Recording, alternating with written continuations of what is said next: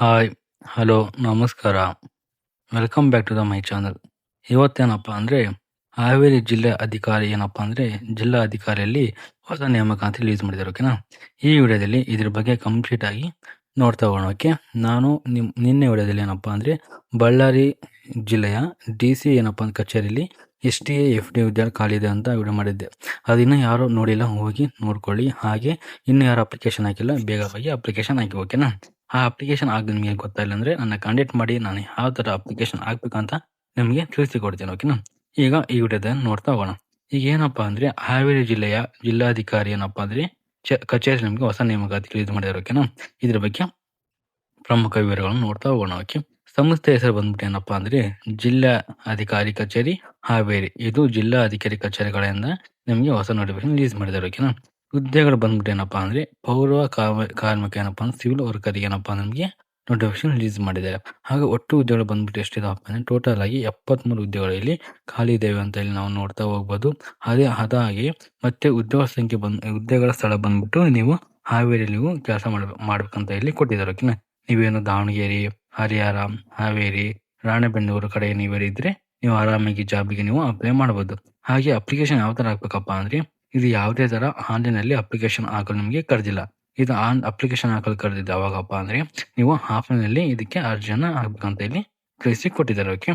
ಅದಾದ್ಮೇಲೆ ಈ ಜಾಬ್ಗೆ ನೀವು ಅಪ್ಲಿಕೇಶನ್ ಹಾಕ್ಬೇಕಂದ್ರೆ ಎಜುಕೇಶನ್ ಕ್ವಾಲಿಫಿಕೇಶನ್ ಏನಾಗಿರ್ಬೇಕಪ್ಪ ಅಂದ್ರೆ ನೀವು ಯಾವುದೇ ಕಂದಾಯ ವಿದ್ಯಾರ್ಥಿ ಏನಪ್ಪ ಯಾವುದೇ ತರ SSLC PUC ಡಿಗ್ರಿ ಹಾಕಂತ ಕಂಡೀಷನ್ ಕೊಟ್ಟಿರೋಕೆ ನೀವು ಜಸ್ಟ್ ಏನಪ್ಪಾ ಅಂದ್ರೆ 5ನೇ ಕ್ಲಾಸ್ ಪಾಸ್ ಆದ್ರು, 7th ಕ್ಲಾಸ್ ಪಾಸ್ ಆದ್ರು, 10th ಪಾಸ್ ಆದ್ರು, PUC ಪಾಸ್ ಆದ್ರು ಈ ಜಾಬ್ಗೆ ನೀವು ಅಪ್ಲೈ ಮಾಡೋದು. ಓಕೆನಾ. ನೀವು ಯಾವ್ದಾರ ಒಂದು ಶಾಲೆ ಯಾವ್ದೋ ಒಂದು ತರಗತಿ ಪಾಸ್ ಆದ್ರೂ ಕೂಡ 5ರಿಂದ 12 ತರಗತಿ ಯಾವ್ದಾದ್ರು ಒಂದು ಪಾಸ್ ಆದ್ರೂ ಕೂಡ ಈ ಜಾಬ್ಗೆ ನೀವು ಅಪ್ಲೈ ಮಾಡಬಹುದು. ಓಕೆ.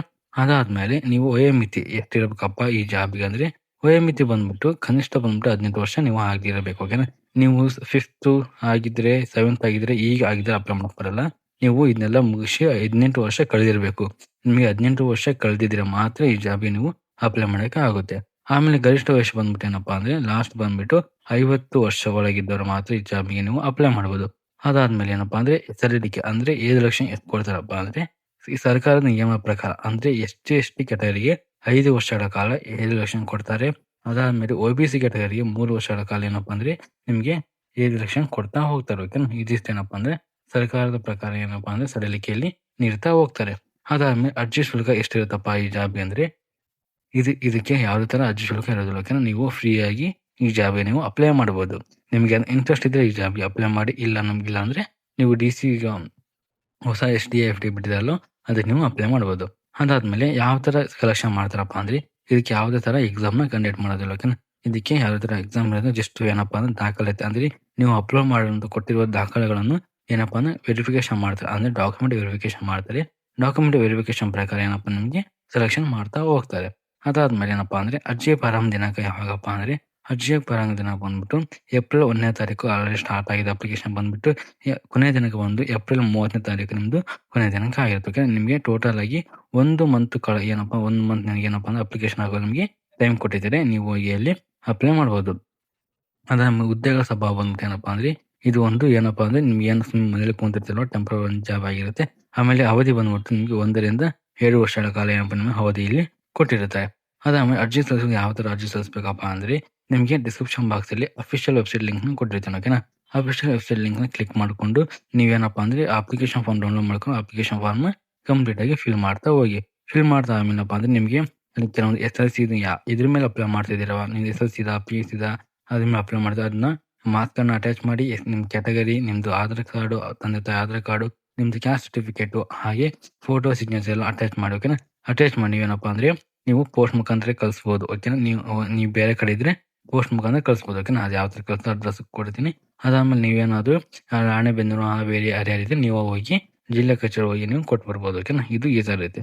ಅದಾದ್ಮೇಲೆ ಯಾವ ತರ ಪೋಸ್ಟ್ ಮಾಡಕಪ್ಪ ಅಂದ್ರೆ ಹಾವೇರಿ ಜಿಲ್ಲೆ ಪುರಸಭೆ ಕಚೇರಿ ಹಾವೇರಿ ಇಲ್ಲ ರಾಣೆಬೆನ್ನೂರು ಅಂತ ಏನಪ್ಪಾ ಅಂದ್ರೆ ಈ ಅಡ್ರೆಸ್ ಏನಪ್ಪಾ ಜಸ್ಟ್ ಈ ಅಡ್ರೆಸ್ ನೀವೇನಪ್ಪಾ ಅಂದ್ರೆ ಟೈಪ್ ಮಾಡಿ ಪೋಸ್ಟ್ ಮಾಡಿ ಇದು ಪೋಸ್ಟ್ ಹಾಕಿ ಸಾಕು, ನೀವು ಅಡ್ರೆಸ್ಗೆ ತಲುಪುತ್ತದೆ. ಓಕೆ. ನಿಮ್ಗೆ ಫ್ರೀ ಆಗಿ ನೀವು ಪೋಸ್ಟ್ ಮಾಡಬಹುದು.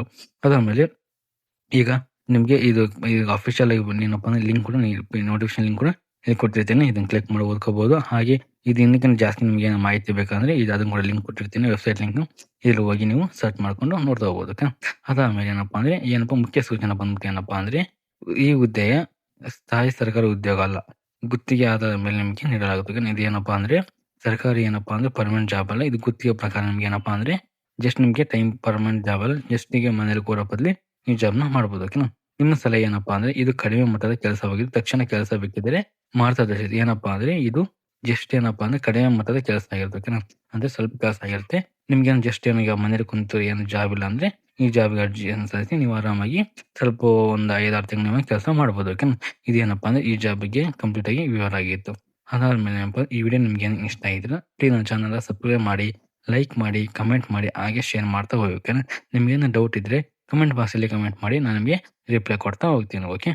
ಇದಿಷ್ಟೇ ಈ ವಿಡಿಯೋ ಬಗ್ಗೆ ಆಗಿತ್ತು. ವಿಡಿಯೋ ನೋಡೋದಕ್ಕಾಗಿ ಧನ್ಯವಾದಗಳು.